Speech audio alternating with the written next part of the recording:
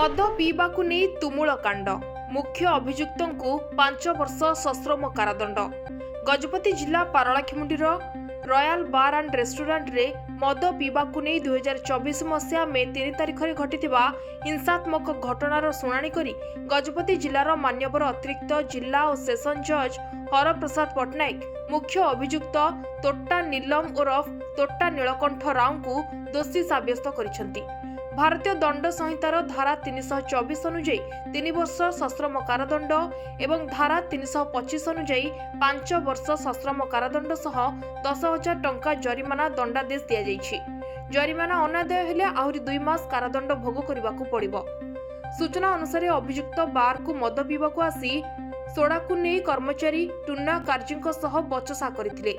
परे से तांको माड़ मारिबा सह बार मैनेजर भी श्रीनिवास राव को उपरे मद बोतल रे आक्रमण करी गुरुतर आहत करथिले। घटना परे पारलाखेमुंडी मॉडल थाना रे मामला नंबर 160/24 रुजु होइतिला। तदंत परे पुलिस अभियुक्तों को कोर्ट चालान करितिला। मामला रे 9 जन साक्षींको बयान और दस्तावेज को आधार करी अदालत एही राय सुनाइछंती। सरकार को पक्षरु अतिरिक्त पब्लिक प्रोसिक्यूटर सरोज कुमार रथ मामलार सफल परिचालना करथिले।